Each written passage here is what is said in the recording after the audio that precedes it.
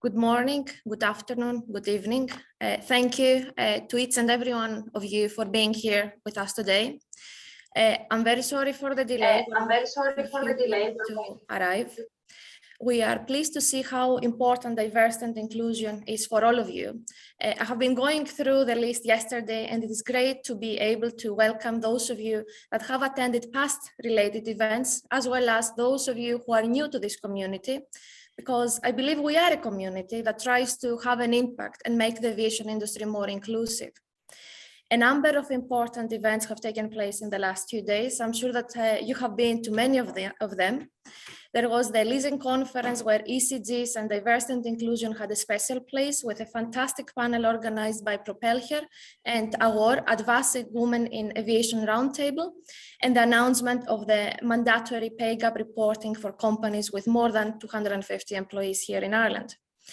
The webinar is part of a greater initiative of DCU with the industry that aims to shed more light in the diversity and inclusion area. So in today's gathering, we will publicly share important data that we have collected over the past years, and then we will discuss with the industry and our esteemed panelists how we can progress with the diversity and inclusion agenda even further. But before we do that, I would like to welcome Professor Anne Sinnott, Deputy President of DCU. Anne has shown fantastic leadership in our journey towards being more inclusive. She has been an integral part of the DCU achievements in that area, and I would like to sincerely thank her for taking time off from her busy schedule to come and say a few words. So Anne, the floor is yours. Thanks very much, Marina, and I'd like to apologise to all of you. The delay was entirely my fault. Tech issues, which I suppose can be guaranteed to happen when you're anxious to get to something on time. Anyway, I'd like to welcome you all to DCU for today's event. And just looking across, it's great to see such a broad mix of people from industry and from DCU. And I particularly want to welcome our panelists, Orla Benson, Brian Drain, Dr. Claire Waters, and John Drysdale. And looking really forward to hearing everything you've got to say later. The issue of diversity and inclusion in aviation is one which DCU has been involved with at various levels for a number of years now.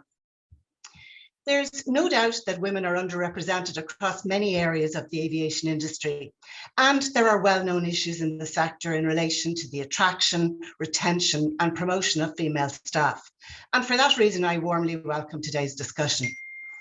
At DCU, we feel that we're particularly well positioned to support this agenda of equality, diversity and inclusion in the aviation industry. Many of you will already know that DCU offers a number of aviation programs, including the BSc in Aviation Management at undergraduate level and the MSc in Aviation Leadership, which prepares aviators for senior positions in the industry. So today, I'm delighted to announce that from September, we will also offer a new graduate certificate in aviation sustainability, leadership and innovation. That may sound like a mouthful, but we think it's a brilliant program. We're grateful for the support of Aviation SkillNet in developing this new program. And we can assure you that we'll be very proactive in ensuring that enrolment on the course is diverse and inclusive. Overall, we're seeing a welcome growth in female aviation students in DCU. Women represented about 10% of students when we first began offering aviation programs, and today that's almost 30%. It's a great growth, but obviously there's a lot more to do, and that's why we're here today. As Ireland's University of Enterprise, DCU has developed a wide array of connections and partnerships with industry and employers. And our links to the aviation sector provide a very good case in point. For example, we've developed a strong working relationship with our neighbours in Dublin Airport Authority, and we recently launched a new partnership with the National Flight Centre at Weston Airport. And last week, we welcomed Sir Martin Donnelly of Boeing Europe to DCU for the launch of the mobile Boeing Newton Room. As many of you might know, this is a mobile classroom that promotes STEM learning, and it's equipped with 2 state-of-the-art flight simulators. And I think my colleagues are having more fun with those than anybody else. But 600 transition year students will get to experience the Boeing Newton Room over the coming weeks. So we're really looking forward to that. DCU is also recognised for its work and achievements in relation to promoting equality, diversity and inclusion. As Vice President for Equality, Diversity and Inclusion in the university, this is particularly dear to my heart. So we're very much focused on promoting EDI, both within the university and within our wider society. It's work that very much speaks to DCU's mission to transform lives and societies. And just to give you some examples of the sort of things we've been doing, the university recently received its second Athena Swan Award under the international scheme that recognises the promotion of EDI in higher education. In addition, I'm very proud to have been one of the initiators of DCU's Women in Leadership project.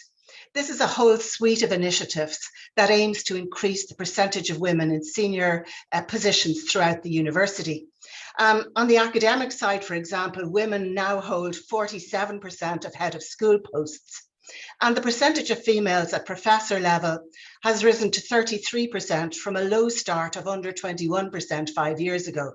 Now, it's a good growth, but 33% still isn't enough. So it shows you that there's still a long way to go. But I think the proactive approach, shows you that you can achieve results reasonably quickly.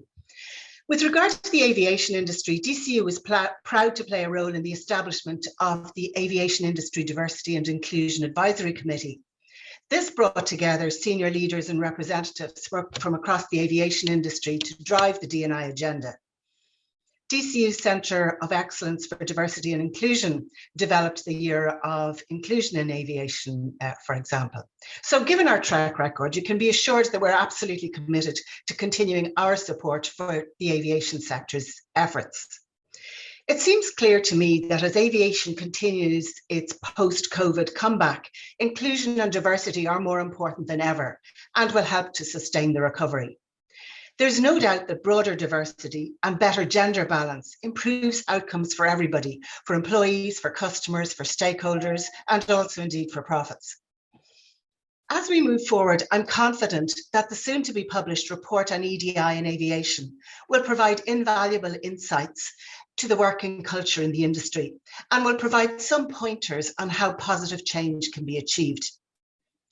The report will be finalised in the coming months and circulated to everyone attending the workshop today. And I'd like to encourage you to share the report as widely as you can with others in the sector as soon as you get it. I commend the industry on its proactive approach to this issue, and I thank you very much for engaging with us as we work to make the industry a more diverse and inclusive place. In conclusion, I want to thank the aviation industry for trusting us with this significant step for the ESG agenda. I'd also like to thank Amelia Anderson, the chairperson of the advisory committee. And just to let you know that this group consists of members from Advancing Women in Aviation Roundtable, Boeing, Aer Lingus, Dublin Airport, KPMG, Aircraft Leasing Ireland, the Department of Transport, Tourism and Sport, Aviation Skillnet, the 30%, and the Irish Aviation Authority. My thanks also to the DCU Business School Aviation team, and especially to Marina for leading this research and organising today's event. And finally, huge thanks to our panellists, Orla, Brian, Claire and John. We really appreciate your time and expertise. So thank you everybody and enjoy the discussion. Thank you very much. And indeed, this work wouldn't have been possible without the great support of our partners and the committee. We are grateful to their organizations, but we're particularly grateful to them that they committed with their time. They put a lot of energy in that, and they made some significant recommendations that we hope that will make the industry more inclusive. So now the next step in our webinar is I'm going to share some high-level results of our extensive research. And then I hope that with that, we're going to kick off the discussion. So I'm going to share my screen and the PowerPoint. We're going to make the PowerPoint available to all of you at the end of the event. So It's a very long journey that we have undertaken in the last years. We started this initiative back in 2019, and unfortunately we had to pause due to the pandemic, but then later on we restarted it again. So we did an extensive research trying to get results on the state of the industry and see how we can make it more inclusive. So our past webinars, they focused a lot on the business case, why sustainability, why diversity as part of ECGs on the sustainability and also the governance are so important. You can go back to some of those past events, but I think we can all agree that diversity is not just a metric that should be strived for, but it's an integral part of an organization's success. And we have seen that being recognized also in the past events related to leasing, but overall in general. So we are very grateful to a number of organizations that have been instrumental for this work. We are grateful to Amelia Anderson, who was the chairperson of this initiative. I'm gonna call some names that they have been very supportive as a way of thanking them. Joseph O'Malley, Lucy Horwood, Carmel Walls, Brian Drain, who is also sitting at our panel today. Thank you very much, Brian. Irena Balderska, Gillian Kelly, Rachel Hussey, and Meliona Ockham, Orla Benson, Kathy Mannion, Ronan Gallagher, Aoife McQuillan, Claire O'Donoghue, and Lida Barron. So thank you very much for making this happen, and we're looking forward to working further with you, because this is not the end, it's just the beginning of our work for the journey of diversity and inclusion. So we have a number of objectives and initiatives through this project. It was really very challenging at the beginning for the industry in its journey to being more inclusive and diverse. And while they're competing for talent, it's extremely important for them to put the diversity in their agenda. So with this report, with this research, we aim to enhance the research on diversity and inclusion in the aviation while building a deeper understanding of its industry effect. We also aim to identify what factors contribute to the attraction, retention, and promotion of diverse workforce in the commercial aviation industry. And we also aim to provide insight and guidance to the aviation industry on improving their practices and building a more inclusive work environment. Our study included various things like expectations around the future of work, but also drivers and blockers for women representation in the industry. So we did a very sophisticated research around it. We launched 2 surveys, one that aimed at employees, just to gather their views on that, and one that aimed at HR departments. So we had more than 750 respondents, but after removing some of incomplete questions, we decided to keep 550. And then we also had 13 Irish organizations completing the HR survey. So while 13 might not sound too many for you, I think that those 13 definitely represent very well the aviation industry. That research was circulated to various sectors. We had the airlines, airports, maintenance, repair and overhaul organizations, aircraft leasing and manufacturing responding to our survey. So we are very confident that we have a very good representation. So speaking of representation, some high-level results here. I know that's a lot of information, so I'm going to try to summarize our 50 pages, initial pages of report in a very few slides. So we had 31 countries represented with 46 nationalities. The majority of the respondents that are Irish, around 69% of the respondents are Irish nationals, and 76% of the respondents, they live in Ireland. We have a very good gender representation. We have 51.5% being male and 48% being female. We have a variety of age group being represented, ranging from 18-year-old to more than 65 years old. We have aircraft employees working for aircraft manufacturers. Airlines are very well represented with 27%. Leasing companies with 24%, aviation regulation with 2.3%, airport operators with 12.5%.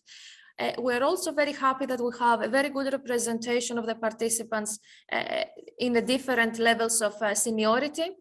We have 2.5% being a CEO or an organization's leader, 18% being people's manager, 17% being senior managers. We have also a very good representation on the different functions, like 6% being pilots, 17% being air traffic controllers, and also various other things. So we also gathered information on where do they stand currently. As I said earlier on, this study was during not the high part of the pandemic, but later on. So we have seen around 77% working in the industry at a full-time basis.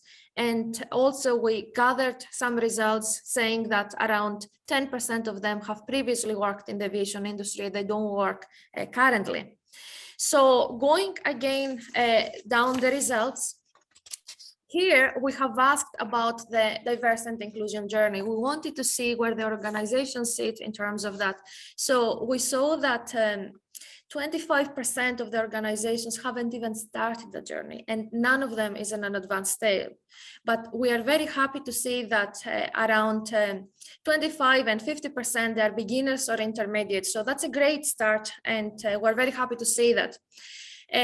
Also, 69% of the organizations do not have a diversity and inclusion strategy, and 92% of the organizations do not have a budget allocated to diversity and inclusion. 1/3 of the organizations reported a women's group, with 15% or fewer reporting having other types of employee resource groups. And 82% of them are confident on the organization's ability to build an inclusive culture. So that's really great. Then we also start asking about the behaviors and experiences in the working environment according to the individual respondents from the aviation industry. We have seen many positive results coming out of that, but the areas that I want to focus in this presentation is around the acceptance of difference. So we see that over 3/4, 76% of the respondents, they feel people they work with are accepting of people, whatever their background is, and 17.8% do not feel there is acceptance of all people.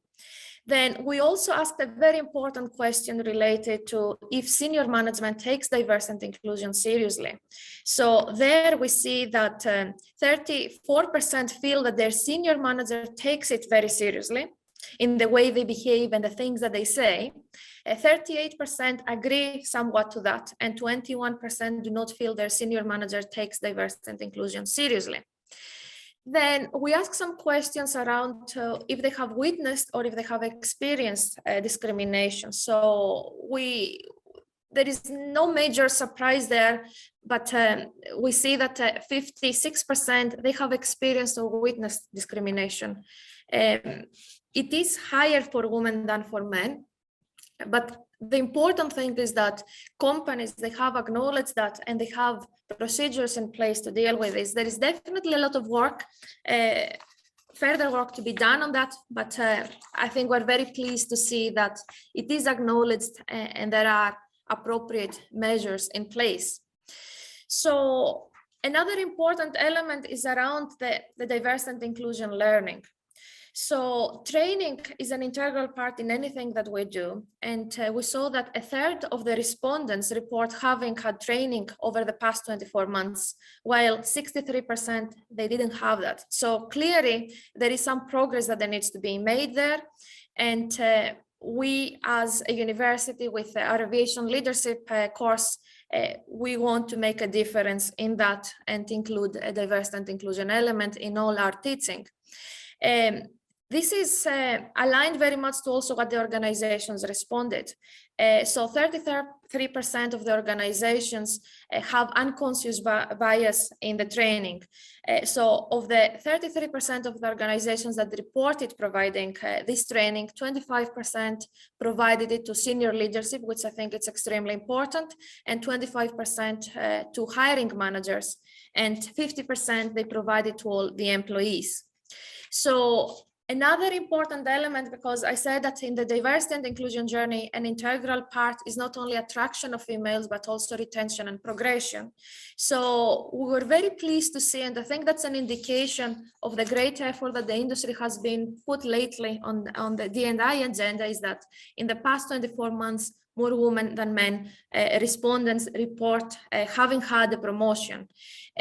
Beyond 2 years ago, more men than women reported having had a promotion. So I think we are at a great start of increasing the representation and promotion of females. So we also asked which of the following had the most impact on you in terms of advancing your own career. So we separate the responses by male and female, and we see that they put a lot of emphasis on mentorship and also on having a sponsor. Also, they felt that it is very inspiring to have a mentor who can advise them on how they can promote their career. And that's something that we will also put a lot of emphasis on the recommendations of having a sponsorship or a mentor system for all their employees, irrelevant of being male or female, but especially for females. Then we also asked about the barriers for the career progression. So I know that this graph might seem a little bit confusing for you, so I'm going to try to explain it. So we asked about the development opportunities, the confidence in their own ability, the sponsorship, the perception of the bias. So we see that 73% of the women, they believe that the lack of development opportunity can act as a barrier to promotion compared to 62% of the men. Then also 66% of women, they don't have confidence in their own ability compared to 48% of men. I remember a colleague of mine some time ago was saying that females, they will see a job up and they will think, oh, I'm missing one of the requirements, I will not even apply. Whereas a man will definitely go and feel confident about their own ability. So I think there is something that all females, they need to work on that. Then 65% of women, they feel that there is a bias in promotion compared to 57% of men. Something that I want to drag again your attention is to the sponsorship element. So 60% of females, they feel that a barrier for promotion is the lack of a sponsor compared to 46% of men. So that's something that we really need to look at. As I said, we have seen more advancement for women compared to men in the last 2 years, but there is definitely a lot of work to be done on the various perceived barriers. So another important element of our research has been the expectations about the future of work. So pre-COVID, we had 14% of the respondents worked remotely. So this increased to 72.6% due to COVID. So we asked about their willingness or their wants to return back to the way that the arrangements used to be. So 46% of them, they want to do that. But more importantly, we see that 88% of them, they expect from their organization to put in place a flexible hybrid model of work. And we're very happy to see that 73% of the organizations who responded to that, they want an enhanced flexibility in the future. So now the big question, what is next? We have definitely examined at high level well the industry is on the D&I journey. So we are happy to see that we are moving towards the right direction. We have gathered D&I related experiences of people working in the aviation industry. We have identified the barriers and the drivers for female representation and advancement. And we also have investigated the expectations around the future of work. So the next step for us is we're going to be consolidating the report and publishing it. And that will include the research finding, but most importantly, an action list for the industry. So we want to maintain an open discussion with the aviation industry on ECGs. And I'm very convinced, and I'm very hopeful and optimistic that the aviation industry will continue to work together to create an inclusive environment. So I want to say some special thanks to Pippa Healy and Sandra Healy, who have been integral parts in this journey, and they have made that happen. So thank you very much, Pippa and Sandra. So I'm without any further ado, I'm not going to delay the most important part of this webinar. So we are going to have now a panel discussion on how aviation can become more inclusive. We are very pleased to have with us some very esteemed aviation professionals. So I would like to invite Orla. Orla Benson. She is a member of the NEST, the aviation hub at SMBC Aviation Capital, working on initiatives related to the decarbonization of the aviation industry. She has been very much involved in female representation and also working on aircraft leasing Ireland. The next panelist is Brian Drain. Brian, he is the Chief People Officer at Dublin Airport. As in this role, he is responsible for leading the HR function. He's a key member of the executive team, and he's responsible for driving employees' engagement and developing a people strategy that will enable the business to meet its objectives. So I'm sure that diversity and inclusion is very close to Brian's heart and function. Then our next esteemed panelist is Claire Waters.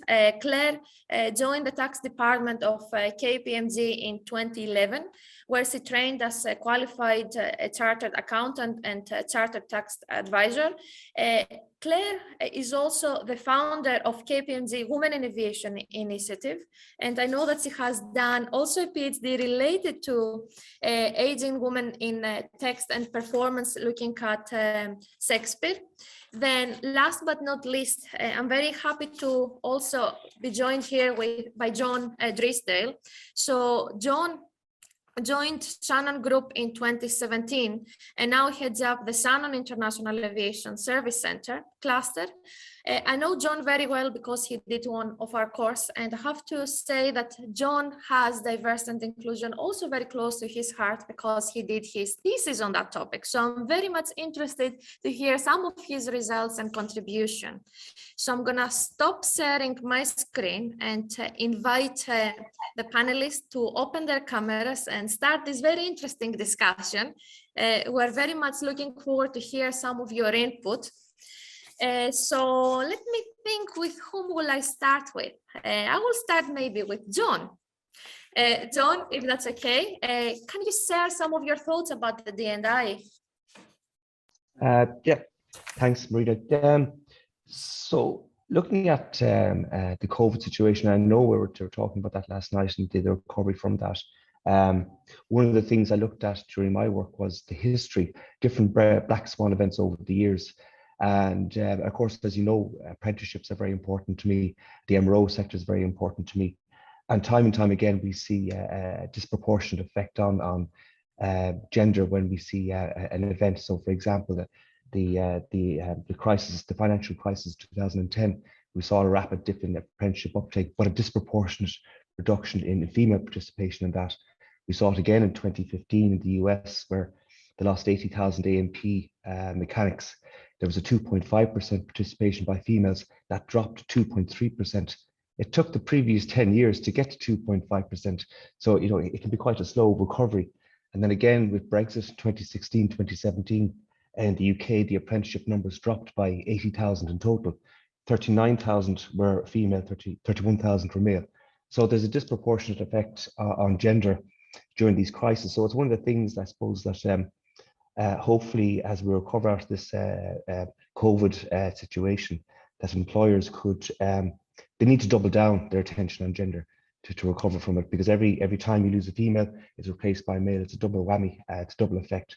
So I will say though, when I was talking with the various MROs in Ireland last year, they put a lot of effort into gender over the last couple of years, and it's starting to have an effect. It's starting to have a dramatic effect.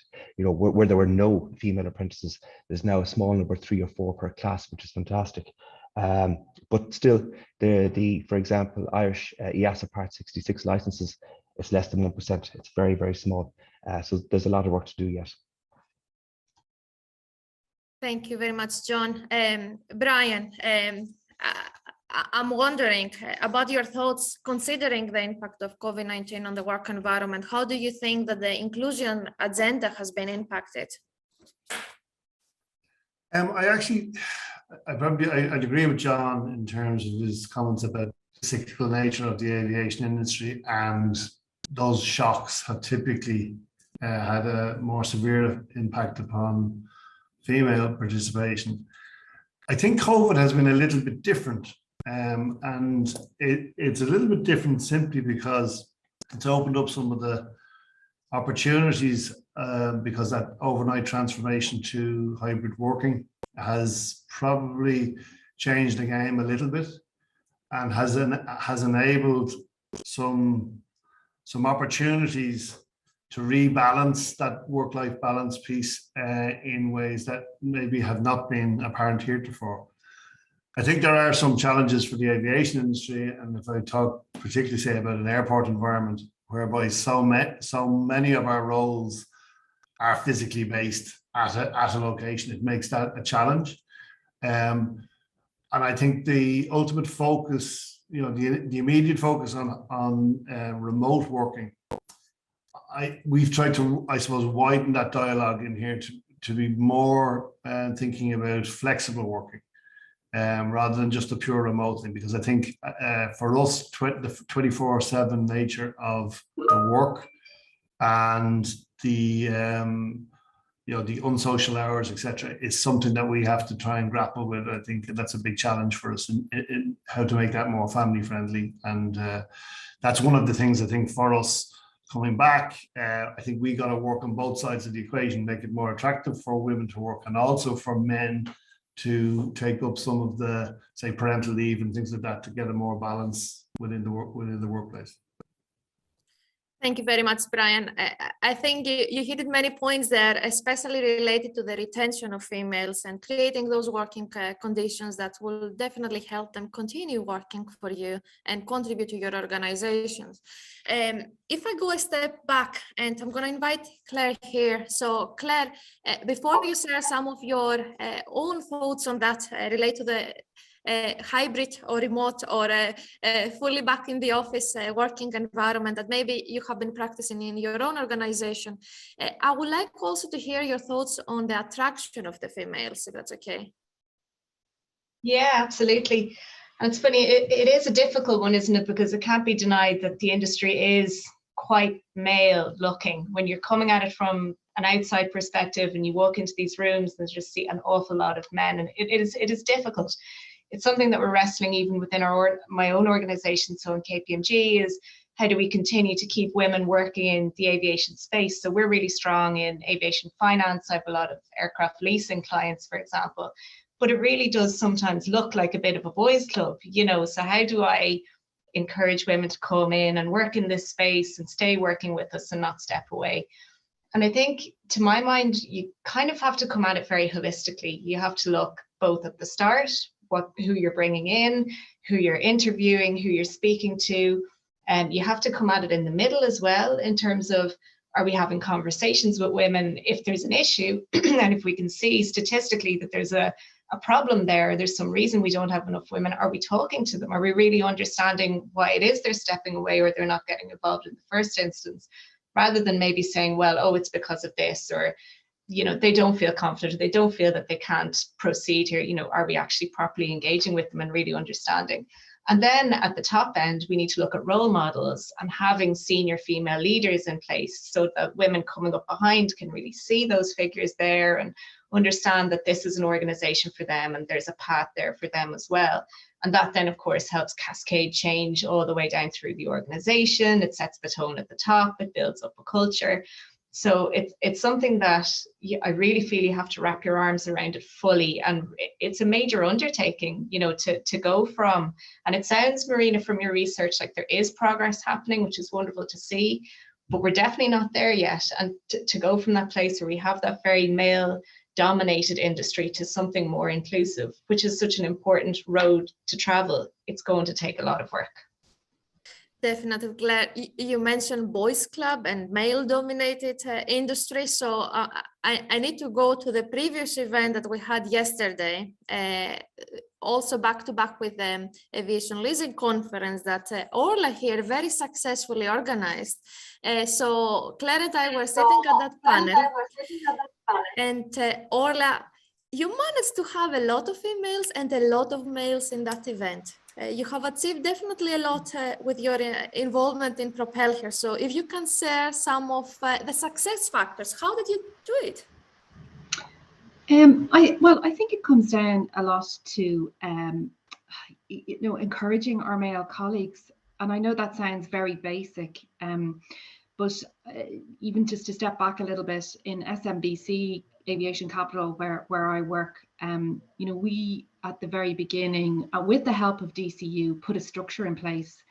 And I think that has been fundamental to the delivery of the start of our journey. So we formalized a structure. There was a lot of question around, well, what should we do first? And we put the D&I committee in place. And there was a little bit of pushback, I have to say, on that. Would a committee work? That's another committee. And I found that the enthusiasm from the people in the company for this was great. And DCU helped us a lot in doing qualitative research with our employees. And our employees, the feedback was, we want things to change. And we felt that getting that feedback was vitally important because we were able to present that back and say people want to see changes. And the huge change was on agile working and flexibility. And that was pre-COVID. So we had started that journey pre-COVID. We knew people wanted this. And we, as a D&I committee, prompted the senior management. So we were the thorn in the side nearly, saying, look, this is what employees want. We need to do more of this. And we had those agile working strategies in place, but people weren't availing of them because they were too hesitant that it would affect their job prospects, affect their careers, especially the females. And while we had them in place, it was just on paper. It wasn't being enacted in any way. So I think encouraging and helping our male colleagues to understand has been huge. And we find still we have our senior management team are at the very top, are really well bought in, but we still find that maybe middle managers, hiring managers aren't bought in enough. So we have to continue to concentrate on that mid-tier management to encourage them to participate in this whole agenda. And it's only by constantly tapping on the shoulder and reminding that we're finding now that it's starting to achieve cut through. And I think that's I've found with Propeller as well, and the success of the other night in having, really well represented from across both genders was fantastic. And I think the only way that we can move the dial, and I actually did my thesis on this as well, is male backlash in organizations against gender diversity initiatives. And I feel the only way that we can solve this whole issue is by having men at the table. And I know I'm probably repeating that ad nauseum in what we all know, but it's actually, actively encouraging men. It's all very fair and well to say, yeah, we're involved, but they have to be involved in the actual doing as well. And I think that's been key to it for us, certainly. Thank you very much, Orla, for highlighting how important it is for men to be at this discussion. It's not a female issue, it's an issue that relates to everybody. And I will also take something else that you highlighted, and we found it through our report. None of the organization is in an advanced stage in the D&I journey. And I think that comes down to a continuous progression and acknowledging of the issues. It's a learning curve that all of us, we are into this. And it's extremely important that all members of an organization, they understand that. And we need to be reminding them. So I want to invite the attendees to start putting their questions in the Q&A box. You can ask them anonymously or whatever, and my colleagues are going to be passing them to me, and I'm going to be feeding them to the panelists. So while you're doing that, what are the challenges? I mean, we all understand the business case behind it. We'll understand how important it is, but what are the real challenges of making it happen? And that's an open question to all the panelists. Whoever wants to start first. I think it's a really interesting question, Marina, because it's one of the greatest challenges is always inertia, isn't it? Like, why fix something? If it's not broke, don't fix it, you know, and that attitude can be there even when we see the numbers. There is that sense of, well, yeah, but we've been doing so well, and, you know, business is going well and aviation is growing, so do we really need to make this change? And I think then, you know, it does come back to that business case. And while we may all understand and appreciate it, I think it just needs to be re-articulated firmly and repeatedly about the costs of failing to act, you know, the costs of attrition, the opportunity cost of women not proceeding or leaving or never joining in the first instance, the reputational costs, the recruitment struggles that we're going to have going forward, you know, to get the best people in. Because at the end of the day, what younger generations coming into the space want to see is they want to see action on diversity. And it's not just women, it's all kinds of diversities that they're demanding to see at the table.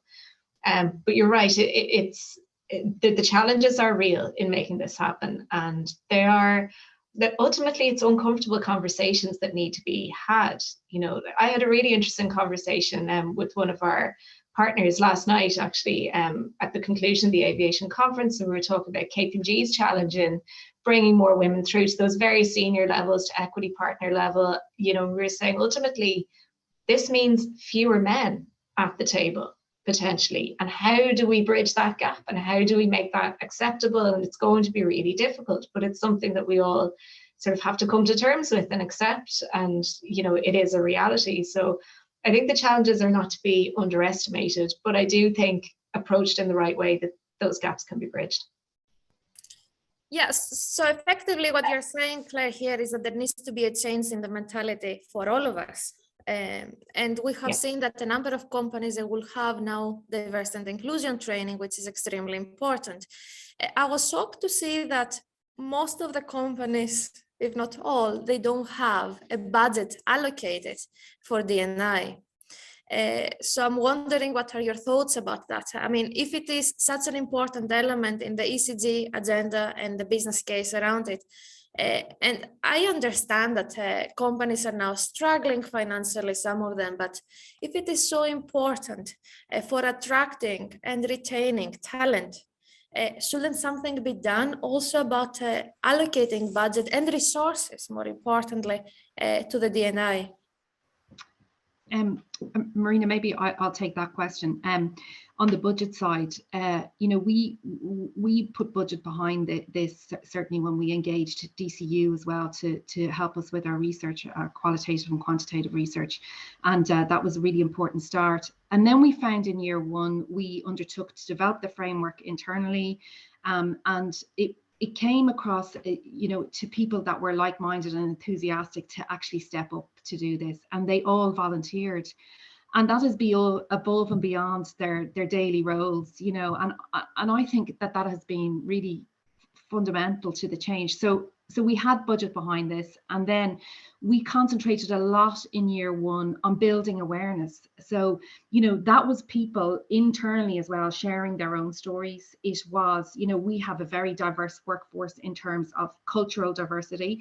So it was educating our colleagues on Eid, on, you know, different you know, elements throughout the calendar that are important to different cultures across our organization. So we concentrated quite a lot on that cultural piece as well. And we didn't have to put massive budget behind that because we did it internally. So, you know, I think there are things that can be done. Now, since then, we have also put a very big emphasis on Pride. We're celebrating Pride this year. And those kind of things have been a big departure for us. Again, that's been done internally. On the training side, unconscious bias has been a huge element of us. We did that internally as well with our HR team to start off with, to create awareness of what unconscious bias is. And now we're moving to further training for hiring managers. And, you know, so I think a number of things can be done without budget. and you know, to start off where companies may not necessarily have that luxury. So, you know, I think there's absolutely, you know, many things that we can undertake internally from the start if necessary. No, Orla, that's fantastic, especially for small, medium enterprises. Brian, what are your thoughts? Please, yeah, could I add in? I completely agree with Orla's comments. I think the other thing that's really important, rather than money, it's time. It's time and focus, so that the things that you measure, the things that you talk about every time at a management meeting, the things that are being reported on back to board are these things. So what, you know, acknowledging the problems that you have, acknowledging where the gaps are, and what are you trying to do about them? And that doesn't always need budget. Sometimes it does, but it doesn't always. The difficulty and the challenge here is that you're trying to change behaviors, and you're trying to change ingrained norms, which is not anybody, it's not necessarily any sort of discrimination. It's purely the way things are, and you can't see the wood for the trees sometimes when you're living and have grown up within that in the culture. So it's difficult, but I think unless you start measuring it, unless you start putting the focus on it, you'll never change it. That doesn't require a vast amount of money necessarily. Thanks, Brian. You mentioned time, and that's all the panel is nodding their head and agreeing with you. And I think that's a very important point. So speaking of time, and I have a question here from the audience, mentorship and having a mentorship program, it's something that definitely requires a lot of time for the mentors. Myself, I have been both a mentor and a mentee, and I have definitely benefited from that.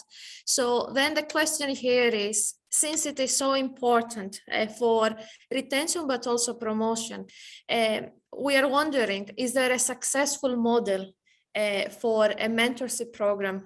Do you have advice on how companies can implement an effective mentoring program to recruit, retain, and promote talent?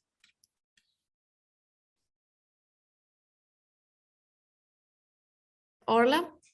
Yeah, I mean, Marina, hi. We in Propeller, we have put a voluntary mentoring program together, and I think that has worked very well so far. And we have tapped in, we piloted it this year, and we tapped into you know, mentees and mentors, and we were very fortunate to have so many people. We were oversubscribed, as you can imagine, but many mentors stepped up to the plate, and I guess that has been really important for us, both male and female, and just willing to dedicate their time. And it's 2 meetings maybe a year, but I think it's been really it's been really beneficial to the people that have been mentored. And you know, over the last couple of days I've heard this a lot, and I know we have a mentoring program in our own company, but I don't think we're utilizing it enough. And you know, taking the information away from today and from our discussion on Tuesday, I think it's something that we have to encourage our companies to put more emphasis on, that those structures might be in place, but maybe we're not benefiting enough from them. So it's certainly something that I will take back to the organization, because it came across certainly in your slide deck as being crucially important. Yeah, I would add as well, and Orla, you did mention it, you referred to it. It's not just for a woman to be mentored, it doesn't have to be a female, excuse me, mentor with her. You know, you can have male mentors mentoring female mentees, and that can work very well as well, because a lot of the time what women need to progress and to understand how to progress is some of the secrets, some of the little, you know, what are the pieces of behavior that are looked for that a woman might not necessarily pick up on because she's not privy to the kinds of conversations that happen between men, or maybe male-only events, not on purpose, but you know, the drinks with the lads after work is something that the women might not necessarily go along to. She might miss out on some of those crucial nuggets of information, and a male mentor can be really helpful in that regard for bringing people on and keeping them. Thanks, Claire. So again, we're going back to, it's very important to have men in that discussion. So we talked about the retention and the promotion, and an integral part is also the attraction. And I'm going to jump to John here. So John, I'm wondering if you can share some practical examples on how can we attract more females. I know you're coming from a very diverse background and you have experienced yourself very low female representation in MRO and other kind of roles. So can you shed some light and give us some advice on how can we attract more females? Yeah, Marina, thanks very much. When I was talking with the MROs across Ireland, and again, that apprenticeship program is their intake into their company, they're very, very conscious of this and how they're going to work on that. And one of these strategies adopted by one of the companies in Shannon was to really leverage digital technology and to be able to target a more balanced cohort of applicants. You know, there's not going to be an easy fix here, but what they were trying to do is get as many female applicants such they can draw good apprentices from. And in their case, that went from 0 to 30% in 1 year, and they expect it to be about that again this year.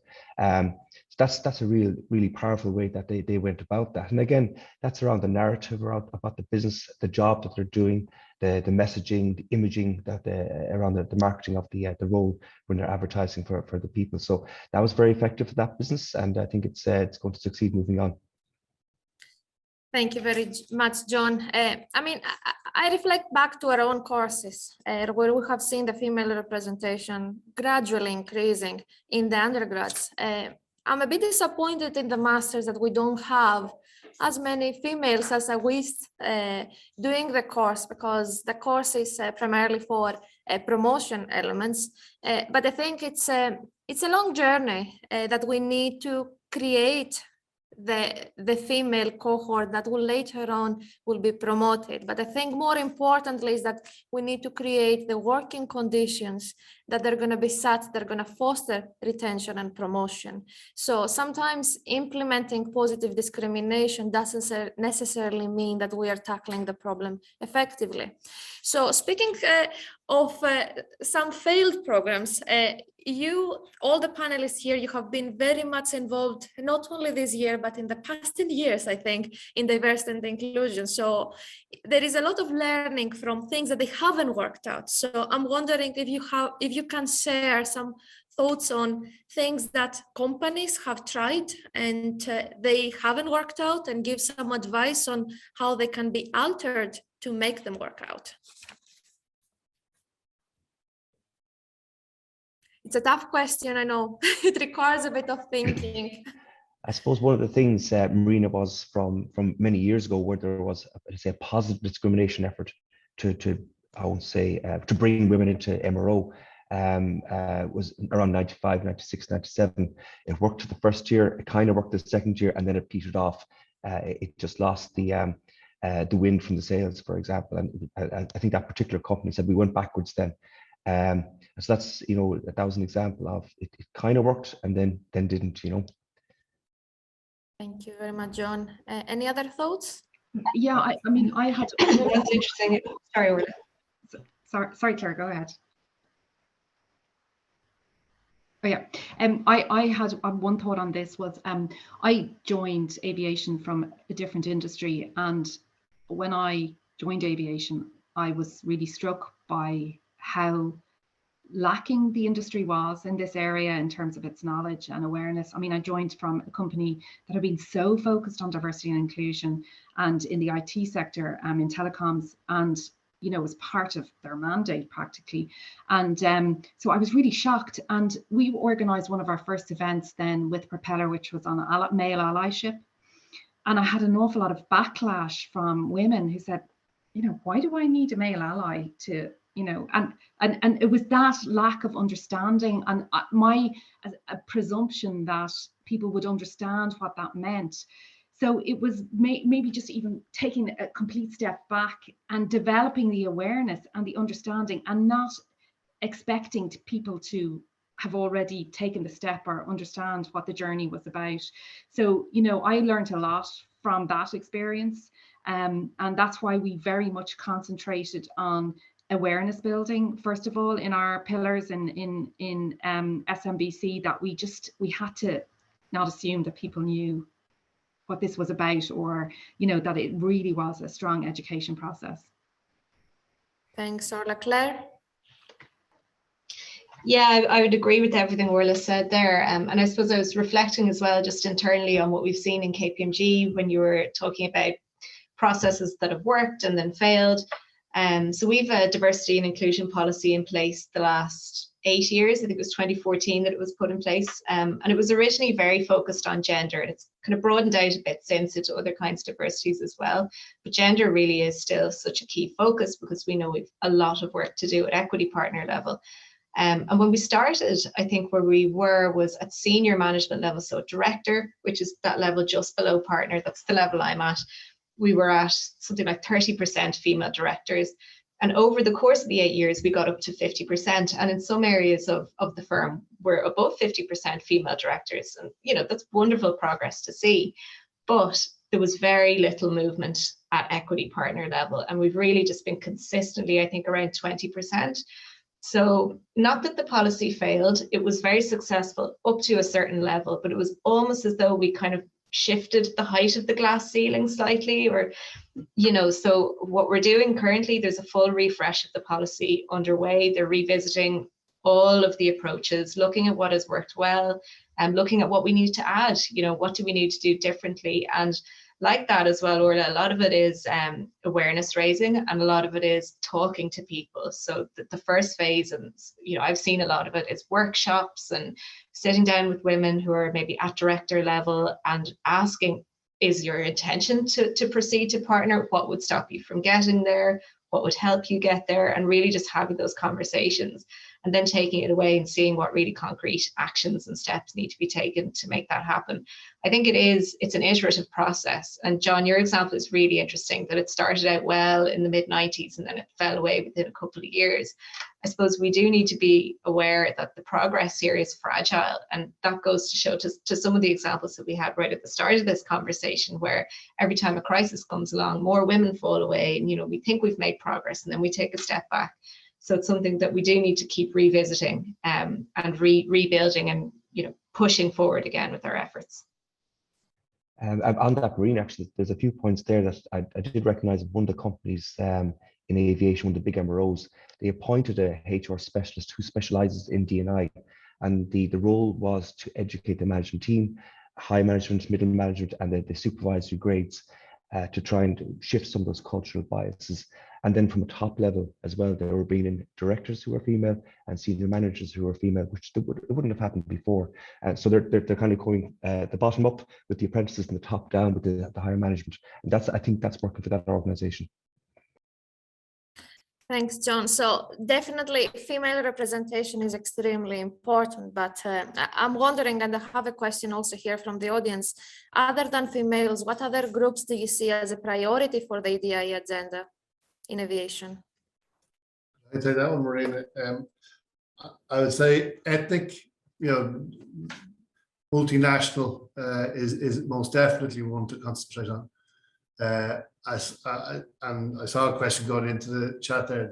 There is some challenges within the airport industry, at least, because you have to get foreign disclosure security checks done, and that means an employee is apt to be a HES basically of their own local national security forces, right? So that presents some challenges, particularly in the current recruitment environment.